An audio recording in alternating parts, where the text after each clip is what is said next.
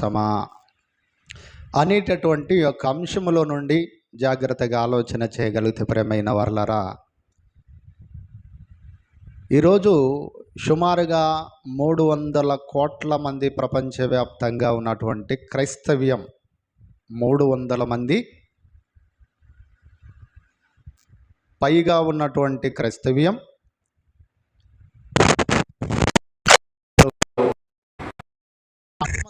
మాత్రములోనే దాదాపుగా 400 మంది క్రైస్తవ్యం ప్రపంచవ్యాప్తంగా ఉన్న సుమారుగా 400 కోట్లు, వందలు కాదు, 400 కోట్ల మరి క్రైస్తవుల్లో సుమారుగా ఒక 50% కూడా క్రైస్తవ్యంలో బైబిల్లో ఏం రాశాడో దేవుడు ఆ సంగతులను తెలియనటువంటి స్థితిలో ఉంటూ ఉన్నారు. అంటే 350 కోట్లకు పైగా జనాభాకి బైబిల్లో ఏముందో తెలియని అభాగ్యులుగా తెలియని వారిగా ఉన్నారు. కనుక ఈ తెలియనటువంటి వారందరూ కూడా కేవలం ప్రభువుని, దేవుణ్ణి నమ్మిన వారు మాత్రమే. కేవలం దేవుణ్ణి, క్రీస్తుని నమ్మారంతే. నమ్మినవాడు విశ్వాసుడు కాడు అని చెప్పక తప్పదు. నమ్మిన వారు విశ్వాసులు కారు అని చెప్పక తప్పదు. కనుక ప్రియమైనటువంటి దేవుని వర్లరా, కేవలం యేసుప్రభుతో పాటు తన యొక్క సేవలో, క్రీస్తు సేవలో అపోస్తుడుగా ఒకడుగా ఉన్నటువంటి తోమ యేసుప్రభుతో పాటు ఉన్నప్పుడు కూడా, యేసుప్రభు చేసిన మహత్కార్యాలు, సూచక్రియలు, అద్భుతాలు చూసినప్పుడు కూడా మరి యేసుక్రీస్తు వారు పునరుత్థానుడై లేచాడు అనే సంగతి చెప్పినప్పుడు ఆయన విశ్వసించలేదు. అంటే ఆయన పునరుత్థానుడై లేచాడనే సంగతిని విశ్వసించలేదు.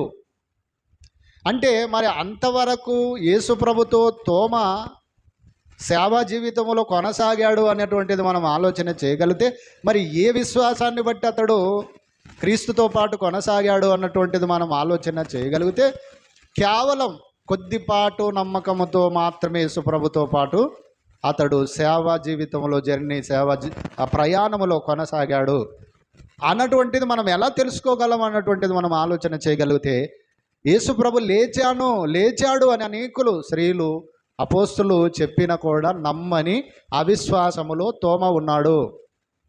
చెప్పినా నమ్మనటువంటి అవిశ్వాసములో ఉన్నాడు. అంటే అంతకుముందు ఉన్నటువంటిది కేవలం నమ్మకం మాత్రమే. నమ్మకం అందరికి ఉంటుంది. నమ్మకమే విశ్వాసం అనుకోవటానికి వీల్లేదు. ఈరోజు చాలామంది ప్రభుని నమ్ముకుంటున్నారు, చాలామంది యేసు ప్రభుని నమ్ముకుంటున్నారు, క్రైస్తవులు అవుతున్నారు.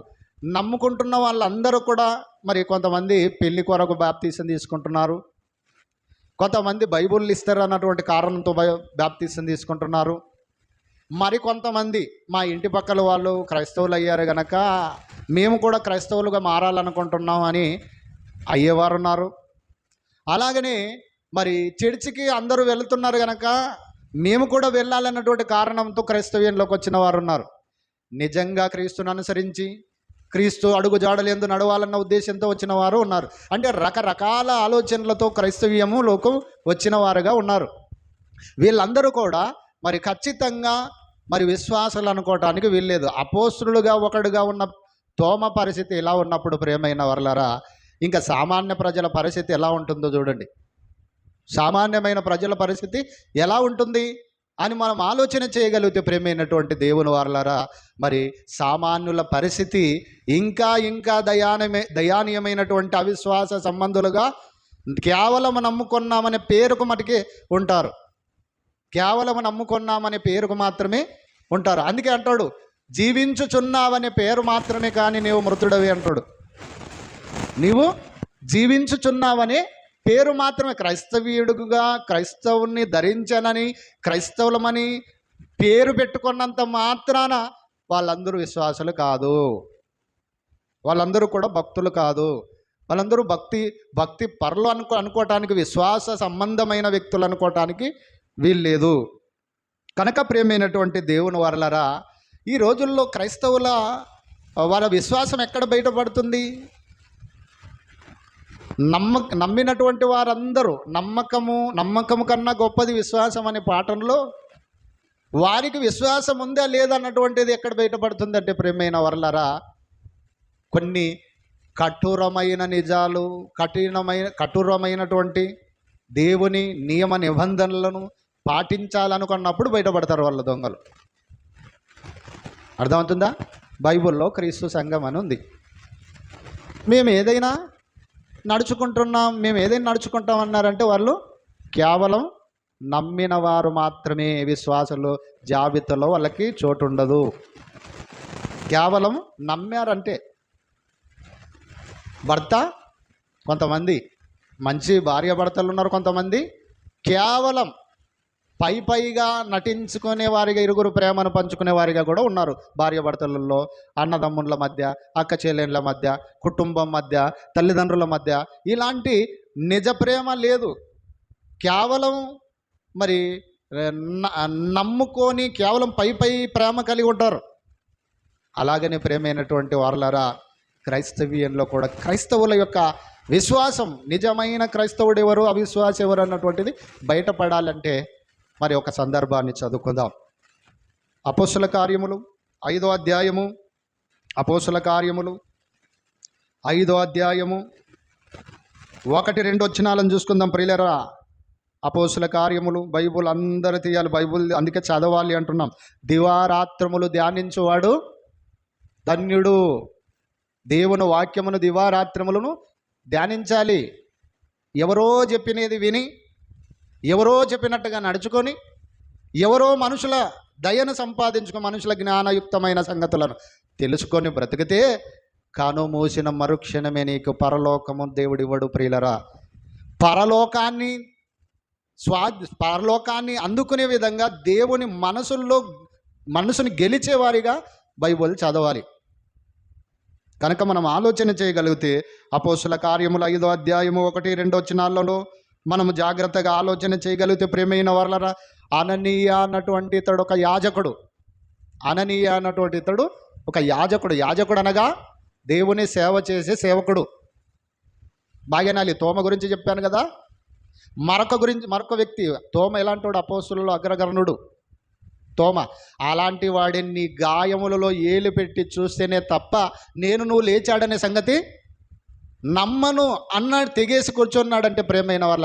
అందుకే ప్రభు అన్నాడు, నా గాయములో వేలు పెట్టి చూడు, నా చేతుల్లో వేలు పెట్టి చూడు, నా డొక్కలో వేలు పెట్టి చూడు, విశ్వాసవి కమ్ము అన్నాడంటే ప్రేమైనటువంటి వారలారా. అంతకుముందు అతడు విశ్వాసంలో ఇంకా పరిపూర్ణమైన విశ్వాసం లేడు తోమ.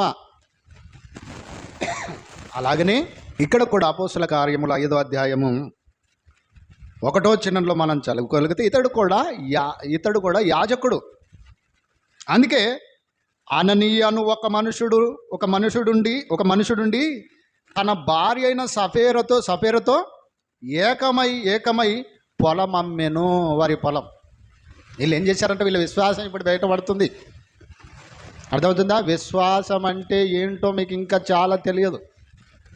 విశ్వాసం అంటే ఏంటో తెలియదు.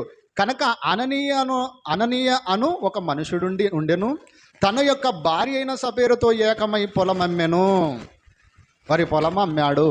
ఎందుకు అమ్మారు ఇద్దరు భార్య భర్తలు అని మనం ఆలోచన చేయగలిగితే ప్రేమైన వర్లరా, ఇది 5వ అధ్యాయం అయితే 4వ అధ్యాయము ముగింపుకు వచ్చే లోపల 32, 33, 34, 35, 36, 37, 37 వరకు మనం చదువుకోగలిగితే ప్రేమైన వర్లరా, అపోస్తుల పాదముల యొద్ద అనేక మంది విశ్వసించిన వారందరూ, పేతురు ప్రసంగం ద్వారా విశ్వసించిన వారందరూ 2వ అధ్యాయం నుంచి మనకు కనిపిస్తుంది. పేతురు 3000 మందికి బాప్తీసం ఇచ్చి ఆ 3000 మందిలో నుండి అంచెలంచెలుగా మరి వ్యాప్తి చెందుతున్నటువంటి అనేక విశేష ప్రజానీకం బాప్తీసం తీసుకున్న తర్వాత సంఘములో చేర్చబడిన తర్వాత కొత్త నిబంధన సంఘం పేతురు ద్వారా కట్టబడినదే, 3000 మంది ద్వారా కట్టబడినదే క్రీస్తు సంఘం.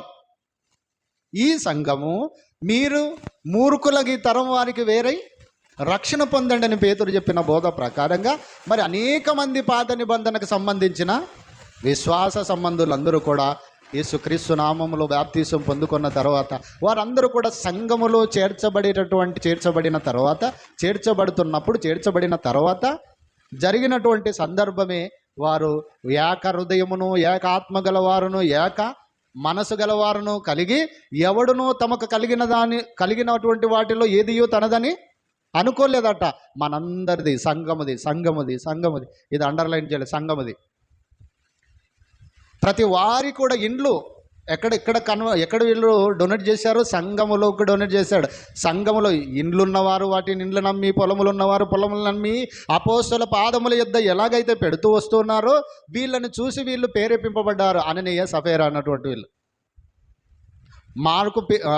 బర్నబా అన్నటువంటి మారు పెరగలిగినటువంటి హెచ్చరిక పుత్రుడిగా ఉన్న బర్నబా విషయంలో కానివ్వండి, అపోస్తుల బోధ ద్వారా కొత్త నిబంధన సంఘములోకి వచ్చిన వారు కానివ్వండి, వీళ్ళందరూ కూడా వారికి కలిగి ఉన్నటువంటి సమస్తమును కూడా అమ్మి మళ్ళీ అపోస్తుల పాదముల యొద్ద పెడితే వీళ్ళకు కూడా ఇలాంటి ఆలోచన వచ్చి అననీయ అను ఒక మనుషుడు ఉండెను.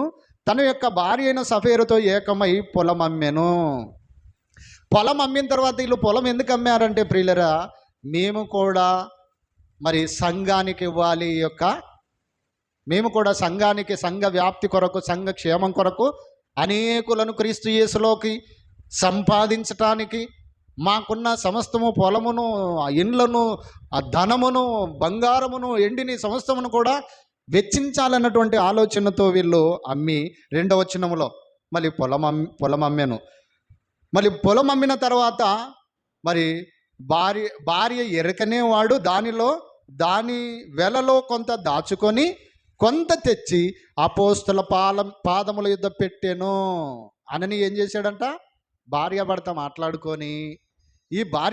మాట్లాడుకునేటటువంటి తర్వాత ఏం చేశారంటే, మనం పొలం అమ్మాం కదా, మనము ఈ యొక్క పొలంలో అమ్మగా వచ్చిన యొక్క ధనమును మనం పక్కకి తీసుకుందాం, మనం అసలే మరి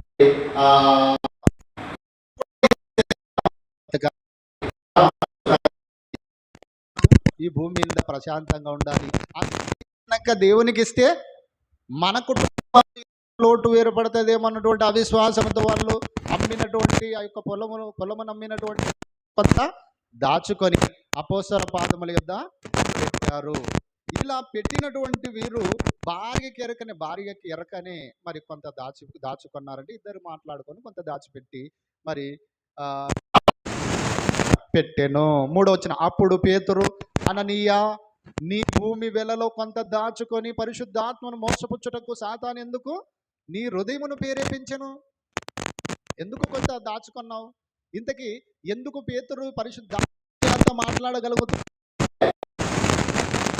అననీయను హెచ్చరిస్తున్నాడంటే, ఈతడు భార్యాభర్తల్లో మాకున్న పొలమంతా అమ్మి ఆ వెల ధనమంతా కూడా తీసుకొని వెళ్ళి అపోస్తల పాదముల యొద్ద పెట్టాలనుకున్నారు.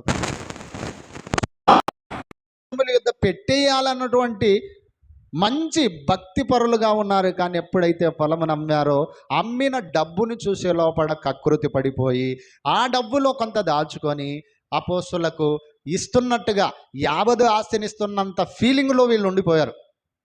యావది ఆస్తిని అంతా కూడా ఇస్తున్నంత ఫీలింగ్లో వీళ్ళు ఉండిపోయారు.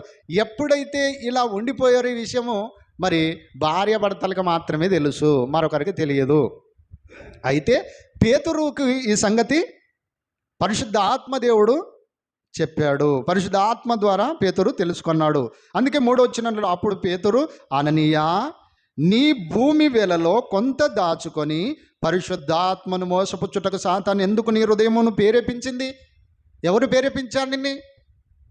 ఎందుకు నువ్వు ఇలా మారిపోయావు?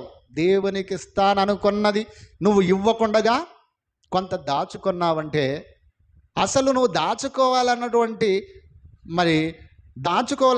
ప్రేరేపణ, ఆలోచన ఎక్కడి నుంచి వచ్చింది, ఎవరి నుంచి వచ్చింది అని మనం బైబుల్ చదువుతుంటే, ప్రేమైన వాళ్ళ దేవునికి ఇచ్చే విషయంలో కూడా చాలామంది ఇలానే ఉంటారు. అది సువార్తకు కానివ్వండి, సేవా కార్యక్రమాలకు కానివ్వండి, చెయ్యి బిగపట్టుకొని ఇస్తూ ఉంటారు. ఎక్కడిస్తే మేము లాస్ అవుతామేమని, అనేటువంటి విధంగా ఉంటూ ఉంటారు. అయితే అలా ఎందరైతే దేవునికి ఇవ్వాలనుకున్నటువంటి విధంగా మరి ఇవ్వకుండగా మరి దాచుకొని పిసినతనంతోనిగా చెయ్యి బిగపట్టుకొని నువ్వు ఎప్పుడైతే దేవుని సేవ కార్యక్రమాలకు ఇస్తున్నావో అప్పటికి నీ మనసులో ఎవరు ప్రవేశించాడన్నటువంటిది మనం తెలుసుకోవాలంటే ప్రియమైన వారు ఇక్కడ పేతురు అంటున్నాడు, సాతాను ఎందుకు నీ హృదయంలో ప్రేరేపించను కొంత దాచుకోవాలని. అంటే మన మనసులో ప్రేరేపించేది ఎవరప్పటికీ? సాతానుడు. అంటే వీళ్ళు విశ్వాసులు అనుకోవాలన్నా నమ్మకస్తులు అనుకోవాలన్నప్పుడు కేవలం నమ్మిన వారే. వీళ్ళు విశ్వాసులు కాలేదు, ఇంకా కేవలం నమ్మిన వారే. కనుక ఈ మాట ఎప్పుడైతే మూడో వచనంలో పేతురు ఆ విషయాన్ని అననీయతో చెప్పాడో, 4వ వచనం, అది నీ యొద్దనున్నప్పుడు నీదే కదా, అమ్మిన పిమ్మట అది నీ వశమే ఉండలేదా? ఎందుకు ఈ సంగతి నీ హృదయములో ఉద్దేశించుకొనుచున్నావు? నీవు మనుషులతో కాదు దేవునితోనే అబద్ధమాడితివని వానితో చెప్పాను. సేవకుడే కదా, ఏం చెప్తే నమ్మేస్తాడు. నేను అంత తెచ్చానన్న అని చెప్తున్నాడు. వచ్చి దాచుకొని భార్యాభర్త ఏకమై అమ్మిన వెలలో కొంత దాచుకొని మేమంతా కూడా సేవకిస్తున్నామని అబద్ధం చెప్పాడు అననీయ. ఒక యాజకుడయుండి, ఒక ధర్మశాస్త్రాన్ని అంతా కూడా ఎరిగినవాడయుండి అననీయ ఈ కార్యక్రమాన్ని ఈ తప్పు చేయడానికి అబద్ధాలు ఆడేటటువంటి పరిస్థితిలోకి వచ్చాడంటే ఇంతకితడు విశ్వాస జాబితాలో ఉన్నవాడా అని మనం ఆలోచన చేస్తే, బైబిల్ చదివితే అసలు ఇతడు విశ్వాస జాబితాలో ఉన్నవాడే కాదు. యాజకుడైనా, సేవకుడైనా, భక్తుడవైనా, నువ్వు ఎవరివైనా, సంఘ పెద్దవైనా, సేవకుడివైనా, నువ్వు ఎంత గొప్పవాడివైనా, నీవు దేవుని విషయాల్లోనే అబద్ధికుడుగా మారిపోతే, దేవుని కార్యక్రమాలు, దేవుని సేవ విషయంలోనే అభద్రతతో, అవిశ్వాసంతో నువ్వు కొనసాగితే నువ్వెప్పుడు విశ్వాసమవుతావు? కనుక చూద్దాం, 2 వచనాలను చదువుకొని త్వరగా మనం ముందుకు కొనసాగి ముగించుకుందాం. అలాగనే చూడండి ప్రియులరా, ఇవి ఎందుకు చేయాలి, ఎందుకు ఇవ్వాలి అపోస్తలకు, అది మనము పాయింట్అవుట్ చేస్తున్నాను నేను. ఎందుకు ఇవ్వాలి అపోస్తలకి? ఈ రోజుల్లో చాలామందికి ఇస్తున్నటువంటి ధనం అంతా కూడా వారి యొక్క చర్చి బిల్డింగ్లను కట్టుకోవటానికి, లేకపోతే వారి యొక్క ఆస్తులను పెంచుకోవటానికి, బ్యాంకు బ్యాలెన్సులు పెంచుకోవటానికి, లేకపోతే వారి సంస్థని పెంచుకోవటానికి డబ్బును వ్యర్థమైన కార్యక్రమాలకు ఉపయోగిస్తున్నారు. అసలు అపోస్తలకు ఇచ్చిన డబ్బులు వాళ్ళు ధనము ఏం చేశారు? అపోస్తలకు ఇచ్చిన డబ్బుని వాళ్ళు ఏం చేశారు చూద్దామా? బైబిల్లో మనం ఇలా చదివితేనే తప్ప మీకు వాక్యం అర్థం కాదు. బైబిల్లో ఇలా చదివితే తప్ప మీకు అర్థం కాదు. కనుక ఎందుకు దేవుడు అననీయను సఫీరను చంపే ఒక బలమైన ఉగ్రుడు అయిపోయాడంటే ఆ సేవ బలమైనది. వాళ్ళ అపోస్తులు చేస్తున్న సేవ చాలా చాలా చాలా బలమైనది. వారు ఇల్లు కట్టుకోలేదు ప్రజలు ఇచ్చిన డబ్బుతో, వాళ్ళు చర్చి బిల్డింగ్లు కట్టలేదు, లేకపోతే బ్యాంక్ బ్యాలెన్సులు పెంచుకోలేదు, అలాగనే మరి వారికి కార్లు, వెహికల్స్, మంచి విలాసవంతమైన జీవితాన్ని వాళ్ళు అనుభవించలేరు అపోస్తులు. ఎంత డబ్బులు, ఆస్తులను, పొలములను, ఇండ్లను అమ్మి అపోస్తల పాదముల యొద్ద పెడితే చిల్లి గవ్వ కూడా వాళ్ళ దగ్గర లేదు పన్ను కట్టాలనే ఒక సందర్భంలో మరి ఆ యొక్క కొందరు వచ్చి మీరు పన్ను కట్టాలి అంటే యేసుప్రభు దగ్గరికి వచ్చి అడుగుతున్నారు, అయ్యా మనం పన్ను కట్టాలంటే మన దగ్గర డబ్బులు లేవు అంటే వాళ్ళు ఏం చేశారు? ఆ డబ్బుని ఏం చేశారన్నటువంటిది మనం ఆలోచన చేయగలిగితే ప్రేమైన వాళ్ళ యేసుప్రభు దగ్గర కూడా నా గవ్వలేదు. అందుకే అంటాడు, మనం కూడా పన్ను కట్టాలన్నా, నేను కూడా కట్టాలన్నా అంటే ఎస్ ప్రభువా మనం కట్టాలంట. అయితే నీవు ఒక గాలము తీసుకొని సముద్రములో గాలం వేయి, ఆ గాలమును ఒక చేప పడుతుంది, ఆ చేప నోటిలో ఒక షెకీల దొరుకుతుంది, ఆ షెకీలని తీసుకొని మరి అమ్మి వేసి ఆ యొక్క నీ కొరకు నా కొరకు పన్ను కట్టే అంటాడు. అంటే వాళ్ళ దగ్గర ఏం లేవు, అప్పటికి డబ్బులు నిల్వ చేసుకోలేదు. వాళ్ళు సేవ కొరకే బతికారు, దేవుని మహిమార్థమే బతికారు. అది విశ్వాసులకు ఉండాల్సిన లక్షణం. అర్థమవుతుందా? ఒక మనిషిని మార్చగలిగిన సేవ చేయాలి, బోధ చేయాలి. బోధ ఒక్కటే కాదు. చూడండి ఎందుకొరకు దేవుడు కోపపడ్డాడు, అననీయ సఫీరని చంపే కోపానికి గురైపోయినటువంటి కారణాలు ఏంటో మనం ఆలోచన చేయగలిగితే అపోస్తులు ఏం చేశారంట? అపోస్తుల కార్యం 4:34 భూములైనను ఇండ్లైనను కలిగిన వారు వాటిని అమ్మిన వాటి వేళ తెచ్చి అపోస్తుల పాదముల యొద్ద పెట్టుచూ వచ్చిరి. మళ్ళీ పెట్టుచూ వచ్చినటువంటి యొక్క ధనమును వీళ్ళు ఏం చేశారంట? 35 వచ్చిన వారు ప్రతి వానికి వాని అక్కర కొలది పంచిపెట్టిరి. ప్రతి వానికి వాని అక్కర కొలది పంచిపెట్టారంట. ఎందుకు పంచాడు? సంఘములో ఇల్లు లేనివాడు ఉన్నాడా? సంఘములో రోగగ్రస్తుడైన వాడు ఉన్నాడా? సంఘములో బట్టలు లేనివాడు ఉన్నాడా? సంఘములో మరి అన్నము లేని వారు ఉన్నారా? సంఘములో వైద్యము రోగ బారిన పడి వైద్యమును కూడా లేని వారు ఉన్నారా? ఇలాంటి అభాగ్యులకు సేవ చేసే ఒక మంచి ఒక తరుణాన్ని, ఒక మార్గాన్ని దేవుడు ప్రవేశపెట్టాడు. అది సంఘము ద్వారా. సంఘము ద్వారా కనుక చాలామంది ఈరోజు క్రీస్తు సంఘములో ఉన్నవారు తప్ప చాలామంది డబ్బులు ఇస్తూ ఉంటారు సేవకులకు, విధవరాండ్లకు, దిక్కులేని పిల్లలకు, అనాథులకు, మరి అనేక మందిని మరి చర్చి బిల్డింగులు కట్టడానికి వాళ్ళు ఎక్కువగా సిద్ధపడరు. కానీ కేవలం వాళ్ళు సిద్ధపడేదంటే సేవ. ఎవరైనా ప్రాణాపాయములు ఉంటే వాళ్ళకి గుండె ఆపరేషన్, కిడ్నీ ఆపరేషన్, అనేకమైనటువంటి కార్యక్రమాలు క్రీస్తు సంఘములో ఉన్నవారు మాత్రమే చేయగలుగుతున్నారని చెప్పక తప్పదు ప్రియమైన వాళ్ళరా. ఎందుకంటే వాళ్ళు దాచుకోవాలన్నటువంటి ఆలోచన ఉండదు వాళ్ళకి. ఎందుకంటే ఈ సేవ ఎవరు ప్రారంభించారు? అపోస్తల బోధ యందును, సహవాసమందును, రొట్టె విరుచుట యందును, ప్రార్థన చేయట యందును, ఇవన్నీ ఉన్నాయి కదా. అలాంటి సేవను అపోస్తల నుంచి పుచ్చుకున్న సేవ అది క్రీస్తు సంఘములో మాత్రమే జరుగుతుందని చెప్పక తప్పదు ప్రియులరా. మరి ఏ సంఘములో పట్టించుకోరు. నువ్వు చచ్చిపోయినా నిన్ను పట్టించుకోరు. నువ్వు ఏమైపోయినా కూడా పట్టించుకోరు. నీకు బట్టల గురించి కానీ, నీకు భోజనం గురించి కానీ, నీకున్న ఆర్థిక ఇబ్బందుల గురించి కానీ. ఒకనాడు అపోస్తులు ఇలాంటి సేవ చేశారు సమాజంలో ఉన్నవారికి. ఎలాంటి సేవ చేశారు? ఇవి ఆర్థిక వనరులను వారికి అందించడంతో పాటు, సహాయం చేయడంతో పాటు దేవుని వాక్యాన్ని వినిపించాడు. ప్రభువులో మనం కూడా అదే చూస్తాం. 5,000 మందికి వాక్యం చెప్పిన తర్వాత భోజనం లేదు, పొద్దు గొంకుతుంటే అప్పుడు ఆయన ఏం చేస్తాడు? మీలో మనకు ఎదురుగా ఉన్న ఊరిలోకి వెళ్ళి ఏమేం తీసుకురంటే, ఇంతమందికి ఎలా తీసుకురావాలి ప్రభువా అన్నప్పుడు ప్రియులరా, ఆయన నీ దగ్గర ఏమైనా ఉన్నదంటే ఒక చిన్నవాడు 5 రొట్టెలు 2 చిన్న చేపలు ఇచ్చినప్పుడు 1000 మందికి పంచగలిగినటువంటి ఒక సూచిక క్రియను క్రీస్తు చేయగలిగాడంటే మనిషి కొత్త బోధ మాత్రమే కాదు. ఉత్త బోధ చేస్తుంటారు ఈ రోజుల్లో. ఉత్త బోధ వాక్యం కాదు ప్రియులరా.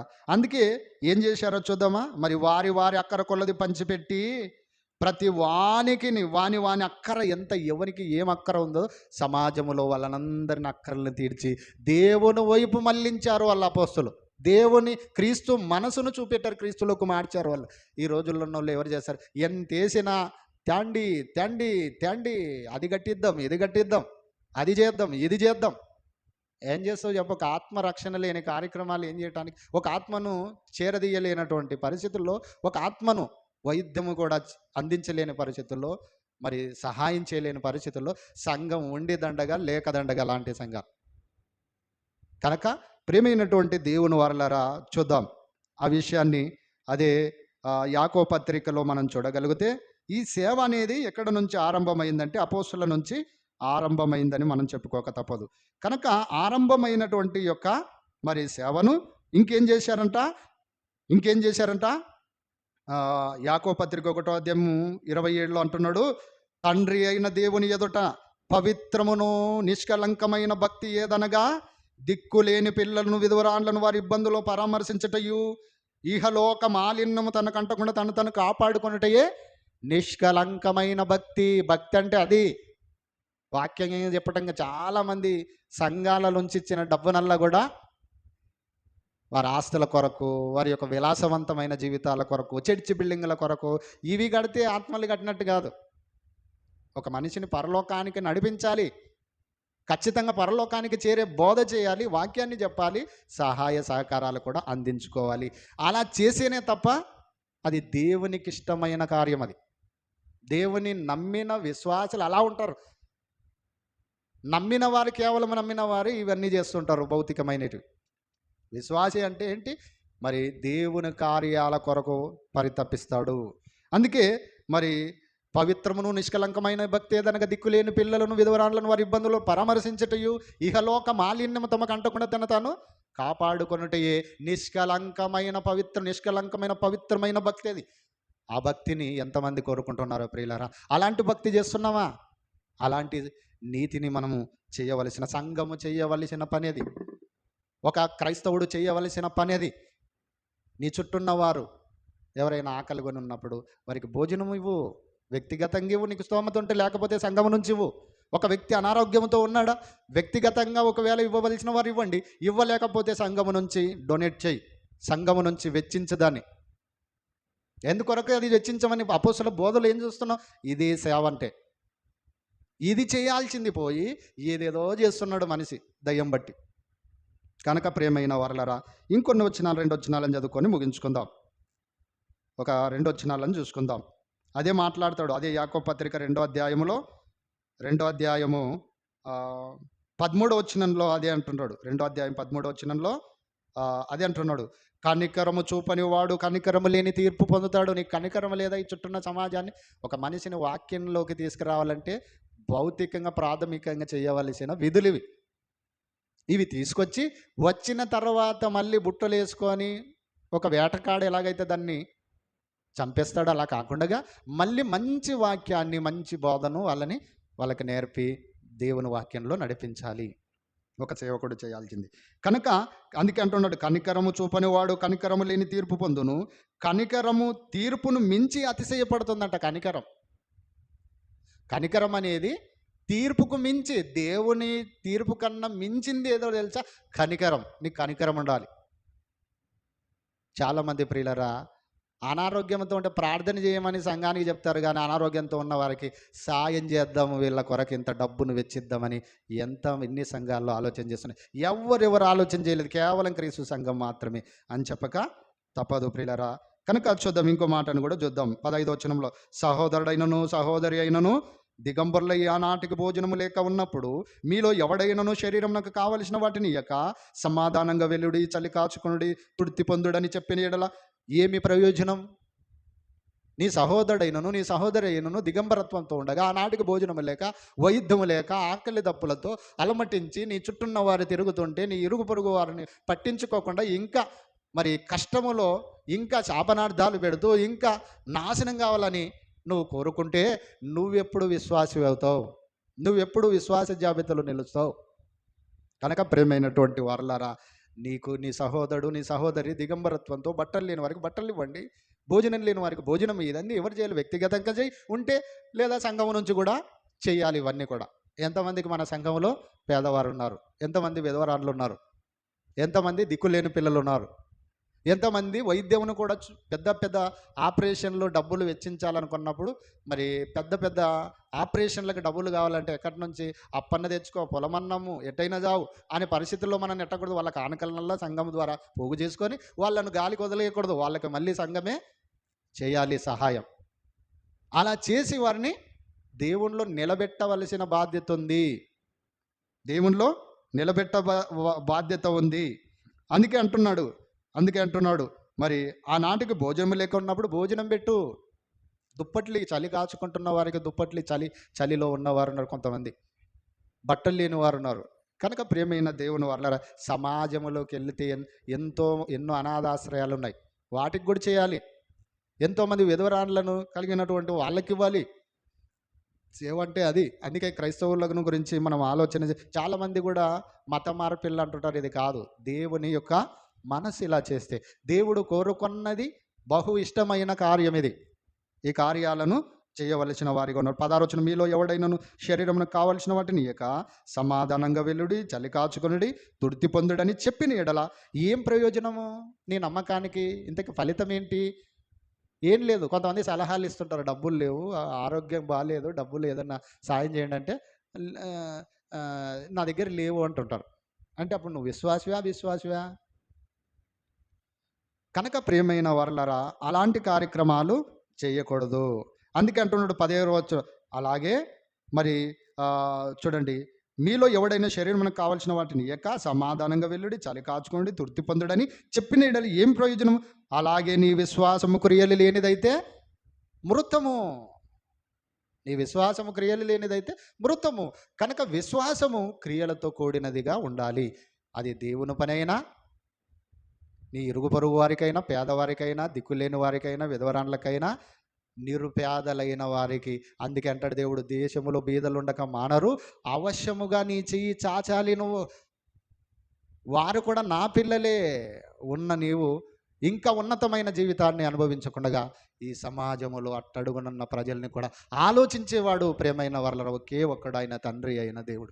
ఆయన ఆకాశము నుండి, పరలోకము నుండి ప్రతి మానవుని చూస్తున్నాడు. ఎవడు ఏ స్థితిలో ఉన్నాడు, ఎలా తప్పించుకుంటున్నాడు, ఎలా తెలివిగా ప్రవర్తిస్తున్నాడు, ఎలా మరి సమాజం గురించి పట్టించుకోవటం లేదన్నటువంటి వీటన్నిటిని కూడా మళ్ళీ ఆలోచించేటటువంటి వానిగా దేవుడు పరలోకమందున్నాడు. కనుక క్రియలు లేని విశ్వాసము మృతము, చచ్చిన శవంతో సమానం. నువ్వు భూమి మీద ఉండి కూడా చచ్చిపోయిన వానితో సమానం అంటున్నాడు.